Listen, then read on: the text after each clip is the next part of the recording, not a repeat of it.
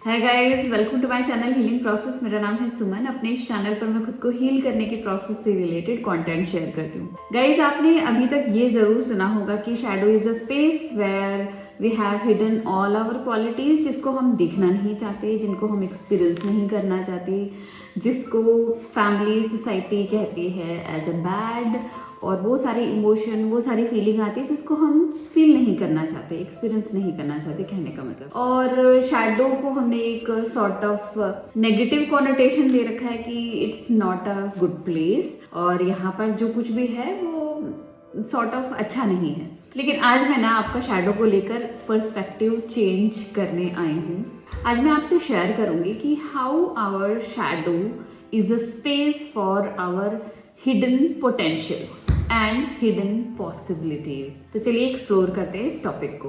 Guys, जब भी हम किसी भी क्वालिटी को या किसी भी एस्पेक्ट को रिप्रेस कर देते हैं due to any trauma, programming, मतलब किसी भी रीजन की वजह से किसी भी क्वालिटी को अगर हम रिप्रेस कर देते हैं ना, तो हम जब उसको रिप्रेस करते हैं तो उसके पीछे एक नेगेटिव कॉनोटेशन लग जाता है, एक नेगेटिव लेबल हम लगा देते हैं कि इट्स नॉट गुड, ये अच्छा नहीं है, क्योंकि फैमिली, सोसाइटी, ये वो ट्रॉमा सबकी वजह से वो बुरा है। ऐसा करके हम उसको सप्रेस कर देते हैं।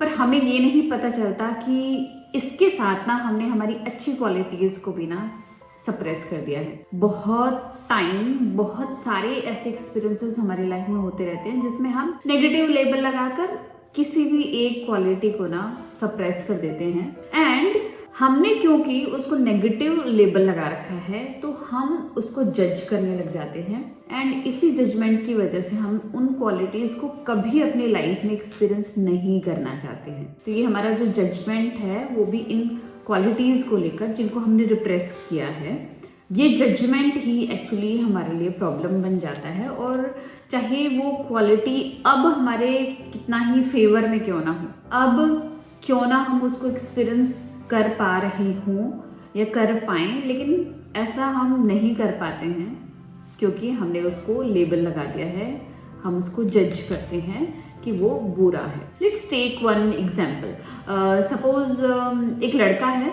राम नाम का, और ये जो लड़का है ना, ये किसी भी इंसान के अंदर एक क्वालिटी देखता है जो कि है स्ट्रेट फॉरवर्ड होने की। कोई इंसान है जो मुंहफट होते हैं ना, जो फटाफट कुछ भी बोल देते हैं और उन्हें कोई फर्क नहीं पड़ता कि सामने वाला क्या सोच रहा होगा।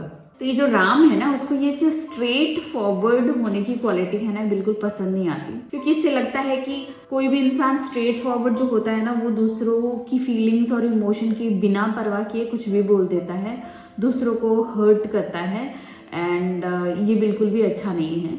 तो वो कुछ जजमेंट्स लगा देता है, कुछ लेबल लगा देता है इस स्ट्रेट फॉरवर्ड क्वालिटी के साथ कि ये बहुत बुरा है, बहुत ही ज़्यादा हर्टिंग है, नार्सिसिस्टिक सॉर्ट ऑफ है। तो ऐसा करके उसने इस क्वालिटी को रिप्रेस कर दिया कि मुझे तो ऐसा कभी भी नहीं करना, क्योंकि जो भी हमारा जजमेंट होता है ना, it has nothing to do with other person.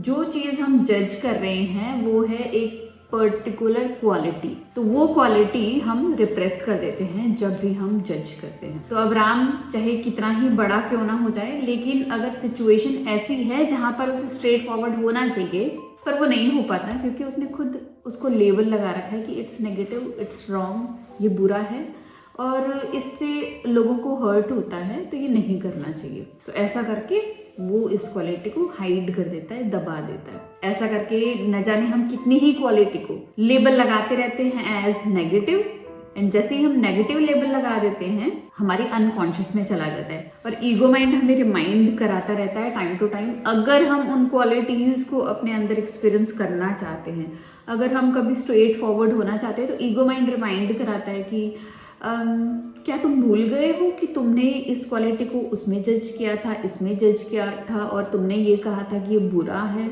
तो तुम्हें ये याद होना चाहिए। और ऐसा करके हम चाहकर भी ना उस क्वालिटी को कभी भी अपनी लाइफ में एक्सपीरियंस नहीं कर पाते हैं। Let me give you another example. एक मेरी बहुत पुरानी फ्रेंड थी, और उस टाइम जो है उसके 2 बच्चे थे, एंड दे वर लाइक कि 4th-5th क्लास में होंगे वो बच्चे। एंड उस टाइम मेरी मैरिज हुई थी, and it has been 1.5 year in this marriage. तो वो हमेशा मुझे ऐसे कहती रहती थी कि मैं तो कभी भी जॉब नहीं करने वाली, because I am a working women ना। वो हमेशा मुझे वेरी स्टार्टिंग ही कहती थी कि मैं तो कभी जॉब नहीं करने वाली, कितना मुश्किल होता है फैमिली को छोड़कर जॉब पर चले जाना, बच्चे को छोड़कर जॉब पर चले जाना। कौन पैसे चाहता है जब उसे इतनी सारी चीज़ें अपनी लाइफ में कॉम्प्रोमाइज़ करनी पड़ती है। And every time when she use to meet me ना, लाइक 1-2 साल में जब भी मुझे मिलती थी, वो उसके बच्चे हमेशा पहले से बड़े हो जाते थे, but she always use to जज मी लाइक दिस कि जॉब नहीं करनी चाहिए, क्या ज़रूरत है, हस्बैंड है ना, कमा रहा है, तुम्हें क्यों करनी है, वगैरह वगैरह। एंड रिसेंटली मुझे ये पता लगा कि लास्ट 1 या 2 ईयर्स से ना उसके बच्चे कॉलेज जा रहे हैं and they have passed out, like 12th उन्होंने शायद कर ली है and they have started going to college. Now she is having lots of free time and ये भी सुनने में आया कि अभी उसकी फाइनेंशियल कंडीशन इतनी अच्छी नहीं है, तो आई थॉट कि उसे जॉब कर लेनी चाहिए, बट वो नहीं कर सकती क्योंकि अभी तक उसने इतने सालों में न जाने किन किन लोगों को जज किया है फॉर दिस जॉब। तो वो चाहकर भी ना जॉब नहीं कर सकती, जबकि उसके पास टाइम है, उसके बच्चे कॉलेज में हैं, फाइनेंशियल कंडीशन उसकी सही नहीं है, लेकिन फिर भी वो अपनी इस अनमेट नीड को ना मीट नहीं कर सकती ड्यू टू हर जजमेंट्स। क्योंकि हमारे जो जजमेंट्स होते हैं ना, वो हमारे लिए केज का काम करते रहते हैं। जितना ज़्यादा हम जज करते रहते हैं, उतना ज़्यादा ये केज जो है ना स्ट्रॉन्ग होती जाती है। इस केज की जो वॉल्स है ना, बहुत ज़्यादा स्ट्रॉन्गर एंड स्ट्रॉन्गर होती जाती है। नाउ हम चाहकर भी ना इस वॉल को तोड़ नहीं सकते। स्टार्टिंग में तो अगर हमने इक्के दुक्के लोगों को जज किया होता ना, तो शायद पॉसिबल होता कि हम इस केज को तोड़ लेते, लेकिन इतने सालों तक हमने इतने लोगों को जज किया है, तो नाउ इट्स नॉट पॉसिबल। क्योंकि एवरी टाइम जब भी हम कोशिश करेंगे, हमारा ईगो माइंड है ना, मेरे माइंड कराएगा, क्या तुम भूल गई, तुमने इसको इसको इसको इसको तब तब तब तब जज किया था, और तुमने क्या कहा था, तुमने कौन कौन से एक्सक्यूजेस लगाए थे और कौन कौन से सेंटेंसेस इसके साथ कहे थे कि तुम्हें क्या कॉम्प्रोमाइज करना पड़ता है, क्या कॉम्प्रोमाइज नहीं करना पड़ता है, और पैसे के लिए कौन करता है, वगैरह वगैरह। तो अब जबकि उसके पास सारी अपॉर्चुनिटीज हैं to meet that need, but still she can not, क्योंकि उससे अब फियर है कि लोग उसे जज करेंगे। तो जजमेंट ना आपके लिए एक एक्चुअली बहुत बड़ी प्रॉब्लम हो सकता है अगर आप इस पर ध्यान न दें।